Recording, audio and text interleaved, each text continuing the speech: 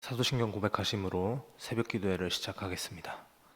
전능하사 천지를 만드신 하나님 아버지를 내가 믿사오며 그 외아들 우리 주 예수 그리스도를 믿사오니 이는 성령으로 잉태하사 동정녀 마리아에게 나시고 본디오 빌라도에게 고난을 받으사 십자가에 못 박혀 죽으시고 장사한 지 사흘 만에 죽은 자 가운데서 다시 살아나시며 하늘 오르사 전능하신 하나님 우편에 앉아 계시다가 저리로서 산자와 죽은 자를 심판하러 오시리라. 성령을 믿사오며 거룩한 공회와 성도가 서로 교통하는 것과 죄를 사하여 주시는 것과 몸이 다시 사는 것과 영원히 사는 것을 믿사옵나이다. 아멘. 찬송가 549장 찬양하겠습니다. 549장 내 주여 뜻대로 함께 찬양하겠습니다.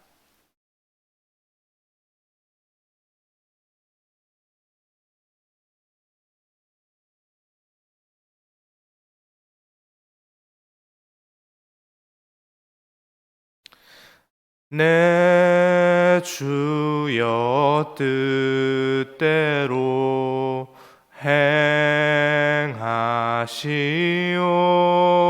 행하시옵소서. 온 몸과 영혼을 다 주께 드리니 이 세상 고락간 주 인도하시고 날 주관하셔서 뜻대로 하소서. 내 주여 뜻대로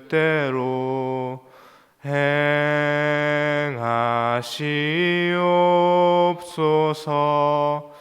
큰 근심 중에도 낙심케 마소서. 주님도 때로는 울기도 하셨네. 날 주관하셔서 뜻대로 하소서. 내 주여 뜻대로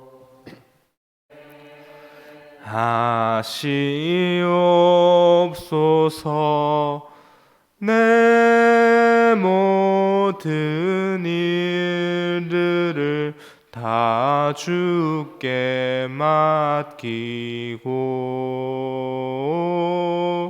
저 천성 향하여 고요히 가리니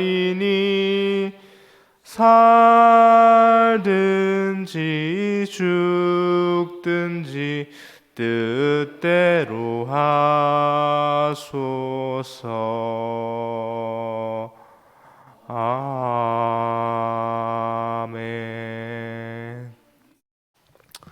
오늘 함께 보실 하나님의 말씀은 다니엘서 8장 15절에서 27절까지의 말씀입니다. 다니엘서 8장 15절에서 27절까지의 말씀 함께 교독하여 보겠습니다.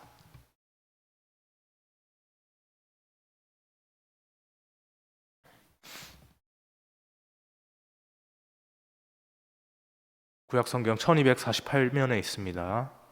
다니엘 8장 15절에서 27절까지의 말씀입니다. 함께 교독할 텐데 제가 15절 말씀 먼저 읽겠습니다. 나 다니엘이 이 환상을 보고 그 뜻을 알고자 할 때 사람 모양 같은 것이 내 앞에 섰고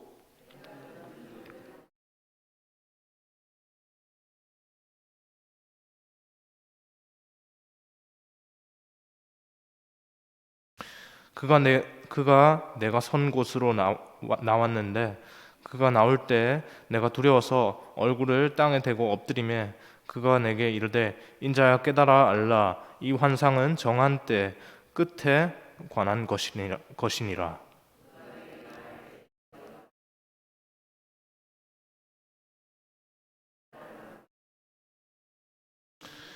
이르되 진노하시는 때가 마친 후에 될 일을 내가 내게 알게 하리니 이 환상은 정한 때 끝에 관한 것임이라.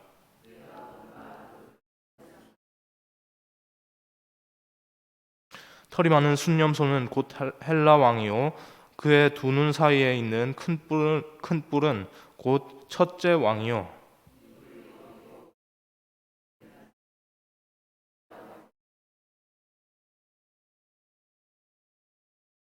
이 내 나라 마지막 때에 반역자들이 가득할 즈음에 한 왕이 일어나리니 그 얼굴은 뻔뻔하여 속임수에 능하며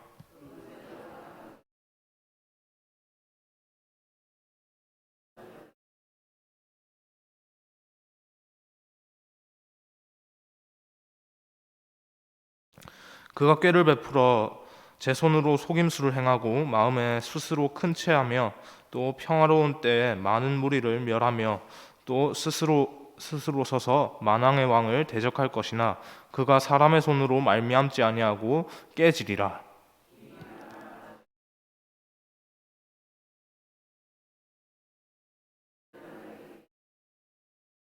함께 보겠습니다. 이에 나 다니엘이 지켜서 왕을 보았느니라. 내가 그 환상으로 말미암아 놀랐고 그 뜻을 깨닫는 사람도 없었느니라. 아멘. 할렐루야. 네.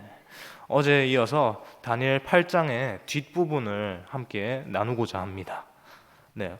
오늘 본문 15절은 이렇게 시작을 하고 있습니다.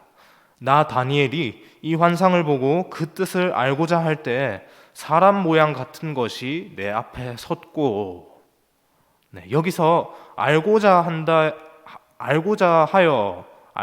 때 그 알고자 한다의 그 원어적인 의미를 살펴보면요, 고통스러울 정도로 혹독하게 몰입한다라는 그런 의미를 갖고 있습니다. 그런 의미를 담고 다니엘이 이 표현을 이 책에 이렇게 기록을 한 것이죠.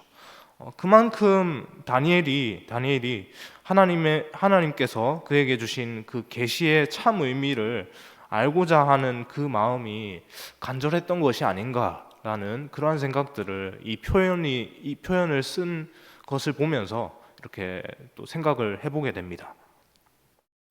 몇 년 전부터 젊은 세대들 사이에서 자주 이렇게 입 밖으로 내뱉어져서 그렇게 사용되어지는 표현이 있습니다. 바로 우리 성도님들도 뉴스를 통해서 한 번쯤은 또 들어보셨을 것 같은데, 바로 이번 생은 틀린 것 같아라고 하는 그러한 표현입니다. 이 말이 자주 사용되어진다라는 사람들 사이에, 사람들 입 밖으로 그렇게 자주 내뱉어진다, 자주 사용되어진다라는 이것이 무엇을 의미합니까? 그만큼 우리가 살아가는 이 현실의 삶이, 우리의 삶이 팍팍하다, 살기가 그만큼 쉽지 않다라는 그런 말이 아니겠습니까?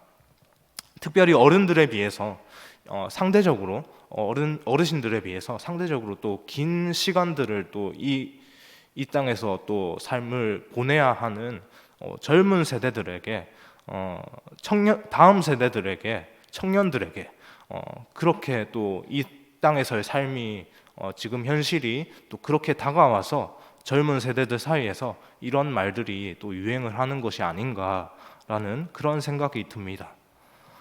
그들은 세상을 향해서 이렇게 말을 합니다. 소망이 없다, 답이 없다, 힘들어, 살기 힘든 것 같아 라고 그렇게 얘기합니다. 어떤 이들은 또 지옥을 뜻하는 영어 단어 헬이라고 하는 단어 있죠. 그 헬이라고 하는 단어를 그 우리나라의 그 앞자리에다가 먼저 붙여서 헬조선이라고 이렇게 얘기하기까지도 합니다. 그만큼 사는 것 자체가 너무나도 고통스럽다라고 하는 그런 의미들을 그렇게 그런 말들에 담아서 입으로 그렇게 고백하며 입으로 말하면서 그렇게 생활하는 것 같습니다. 어, 소망하기는 오늘 하루를 여는 이 새벽에 우리 또한 이 본문을 기록한 8장 본문을 계속해서 기록하고 있는 다니엘처럼 하나님의 말씀을 알고자 간절함으로 나아가는 우리 모두가 되기를 소망합니다.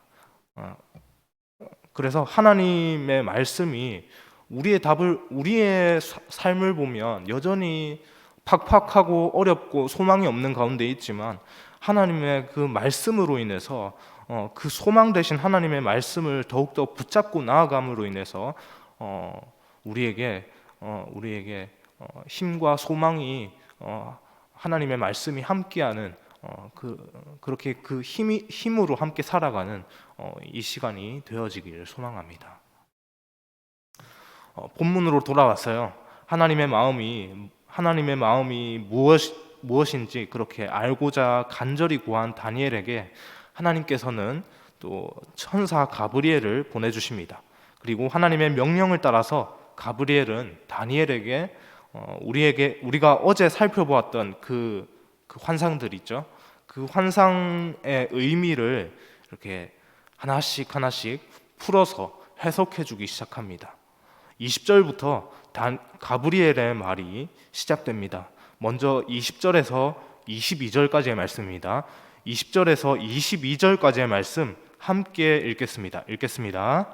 내가 본 바 두 뿔 가진 순양은 곧 메대와 바사 왕들이요 털이 많은 순념소는 곧 헬라 왕이요 두 눈 사이에 있는 큰 뿔은 곧 첫째 왕이요 이 뿔이 꺾이고 그 대신에 네 뿔이 났은즉 그 나라 가운데에서 내 나라가 일어나되 그의 권세만 못하리라. 아멘. 가브리엘의 말을 통해서 두 뿔 가진 순양이 메대와 바사의 왕들인 것은 우리가 또 명확해졌습니다. 그렇죠? 그것은 뭐 논란의 여지가 없습니다. 가브리엘이 해석을 해준 것입니다. 명쾌합니다. 털이 많은 순념소가 헬라 왕인 것도 명쾌해졌죠. 명확합니다. 논란의 여지가 없습니다. 그런데 그 다음에 등장하는 털이 많은 순념소의 그 두 눈 사이에 있는 그 큰 뿔은 도대체 무엇을 의미하는 것입니까? 본문에 기록이 되어 있지 않지만 학자들이 해석을 하기를 이 큰 뿔, 털이 많은 순념소 두 눈 사이에 있는 큰 뿔은 세계사적으로 대제국을 이루었던 그 마케도니아라는 나라의 그 왕이었던 알렉산더를 가리킨다라고 그렇게 보고 있습니다. 알렉산더라는 그 왕이 얼마나 유명합니까? 그는 다윗왕 못지않게 역사상 가장 위대한 왕을 꼽으라라고 한다면 그 다윗왕 못지않게 그렇게 사람들의 입 밖으로 입에서 오르내리는 그런 인물입니다. 그가 다스리던 시대에 헬라 제국은 엄청난 전성기를 맞이했습니다. 그 당시 헬라 제국의 국민들은 이러한 전성기에 있는 자신들의 나라를 보면서 얼마나 행복했겠습니까? 알렉산더라는 그 왕이 든든한 철옹성이 되어서 자기들을 둘러싸고 이렇게 보호해주면서 자기들을 이끌고 그렇게 나아가고 있으니 그 안에서 평안함을 누렸을 것 같습니다. 그러나 안타깝게도 알렉산더는 이 땅에서 그렇게 오랜 삶을 살지는 못했습니다.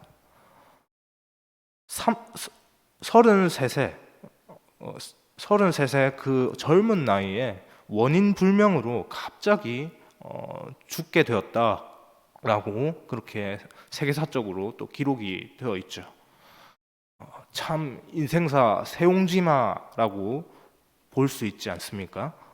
그렇게 승승장구하던 알렉산더가 그렇게 갑작스럽게 그렇게 죽음을 당할 것이라고 죽게 될 것이라고 그렇게 누가 생각을 했겠습니까? 알렉산더가 죽게 되자 헬라 제국은 분열하기 시작합니다. 본문 22절에 큰 뿔이 꺾이고 네 뿔이 났다라는 말은 알렉산더가 죽고 난 이후에 네 사람이 헬라 제국을 나누어 통치했다는 것을 의미합니다.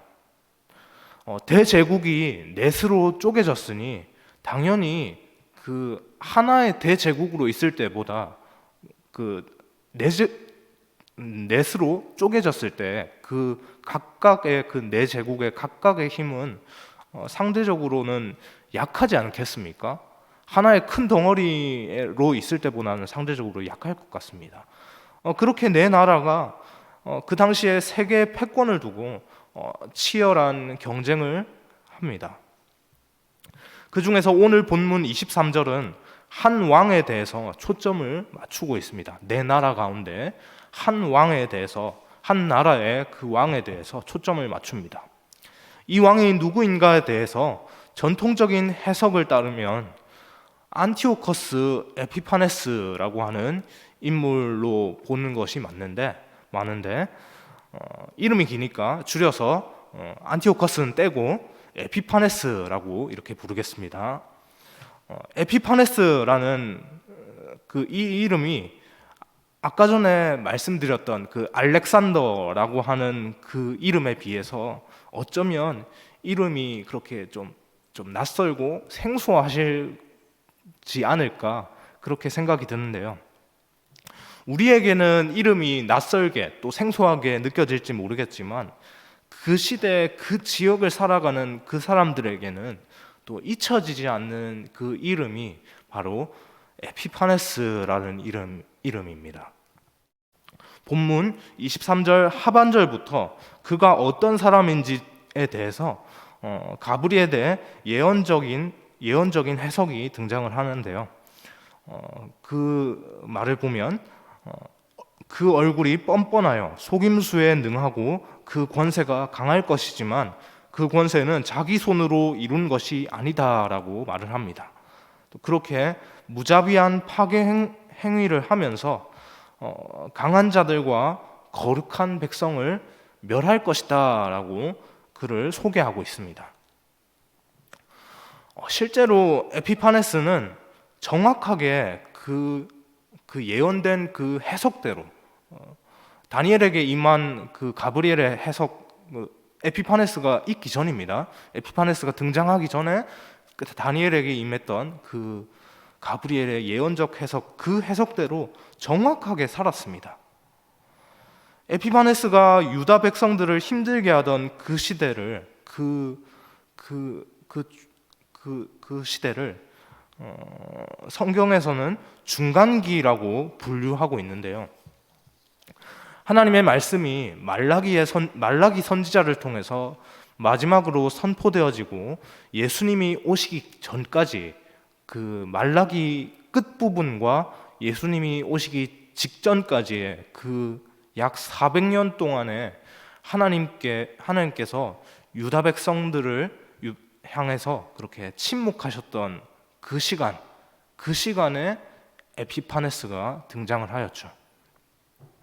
그때 에피파네스는 유다 백성들을 말 그대로 힘들게 했습니다. 그 힘든 시기를 살았던 유다 백성들의 입에서 오늘 우리나라 청년들이 우리나라의 상황을 보면서 그 내뱉는 말처럼 아까 뭐라고 했습니까? 헬조선이라고 하지 않았습니까? 어쩌면 그 자기들의 삶을 보면서 진짜 헬유다다 라고 했지 않을까, 그만큼 어려운 삶을 살지 않았을까라고 하는 그러한 생각들을 해봅니다. 자신들의 삶을 보면서 자신들이 처한 상황을 보면서 이 나라에는 도무지 소망이 보이지 않는다 라고 그렇게 생각하는 것들이 얼마든지 있었을 것 같습니다. 그렇게 영적으로 힘든 시기가 찾아올 것을 오늘 본문에서 가브리엘 천사가 다니엘에게 알려주고 있죠. 그러나 다가올 그 힘든 상황, 다니엘에게 임한 그 환상을 통해서 앞으로 유다 백성들이 처하게 될 그 다가올 그 힘든 상황, 예정되어 있는 비극의 그 명확한 상황에도 불구하고 유다에게 소망이 하나 주어집니다. 그것은 바로 본문 25절 마지막 부분입니다. 그가 사람의 손으로 말미암지 아니하고 깨지리라. 에피파네스가 힘으로 하나님 나라 유다를 핍박하는 것을 누구보다도 하나님께서 가만히 두고 보시지 않으셨습니다. 않으실 겁니다. 또 그는 에피파네스는요. 그는 그 사람 생각대로 생각을 했을 때 내가 내가 있는 이 자리가 바로 모든 사람이 우러러보는 이 만인지상의 자리라고 분명히 에피파네스는 그렇게 생각을 할 것입니다. 그러나 그러한 교만함을 하나님께서 가만히 두고 보시지 않으시고 에피파네스의 그 교만함을 직접 꺾으실 겁니다. 그리고 꺾으셨습니다. 우리의 관점에서 봤을 때요. 이것이 바로 힘겨운 오늘의 삶을 살아가는 우리 모두에게 위로하시는 하나님의 말씀이 아닐까라는 그런 생각이 듭니다. 하나님께서는 세상 만물의 왕이 되십니다. 그 왕은 하나님은요, 우리와는 질적으로 다른 불가능함이 없으신 분이시죠. 그 전능하신 분께서 그 전능하신 분의 그 말씀이신 하나님의 말씀을 붙들고 세상을 승리하며 그렇게 살아가기를 소망합니다. 하나님께서 다른 누군가가 아니라 다른 어떤 불가능한 것이 많은 우리의 어떤 인간적인 그런 고백들, 그런 말들이 아니라 전능하신 분께서 말씀하십니다. 가만두지 않겠다. 내가 그 모든 상황들을 깨트릴 것이다 라고 그렇게 말씀하고 계십니다. 그렇게 말씀하시는 분의 말씀을 우리가 붙들고 나아감으로 우리를 여전히 힘들게 하고 어렵게 하고 살기 팍팍하게 만드는 이 세상을 향해서 내가 하나님의 말씀을 붙들고 이 땅을 살아간다라고 하는 분명한 그 확신의 고백을 갖고 오늘도 힘을 내서 함께 살아갈 수 있는 우리 모두가 되기를 주님의 이름으로 소망합니다. 네, 기도하겠습니다. 하나님 감사합니다. 하나님 우리의 삶이 쉽지 않음을 계속해서 우리의 처한 상황과 현실들을 바라보면서 경험하고 또 피부로 느끼면서 그렇게 살아가고 있습니다. 하나님, 그래서 우리의 고백에는 우리의 입술에는 어쩌면 하나님의 말씀으로 인해서 즐겁다, 행복하다라고 하는 그 고백보다 인생의 그 수많은 그 고난과 나를 둘러싸고 벌어지는 그 모든 수많은 어려운 상황들로 인해서 살기 힘들어, 죽을 것 같아, 너무 힘들어 라고 하는 그런 부정적인 고백들이 많이 있음을 또한 고백합니다. 하나님, 우리의 그 연약함을 아시는 주님, 우리를 붙들어 주옵소서. 우리의 그 연약한 마음 붙들어 주셔서 우리가 온전히 그 연약함을 우리의 연약함 그대로 세상을 살아가지 않도록 하여 주시고 그 연약함이 우리 가운데 보일 때 더욱더 우리를 붙드시고 우리를 보호하시고 우리를 인도하시는 하나님의 말씀을 더욱더 의지하며 신뢰하게 하여 주옵소서. 그 하나님의 말씀 붙들고 오늘 하루도 승리하는 우리의 모든 삶이 될 수 있도록 인도하여 주시기를 간절히 소망하오며 감사드리며 예수 그리스도의 이름으로 기도합니다. 아멘.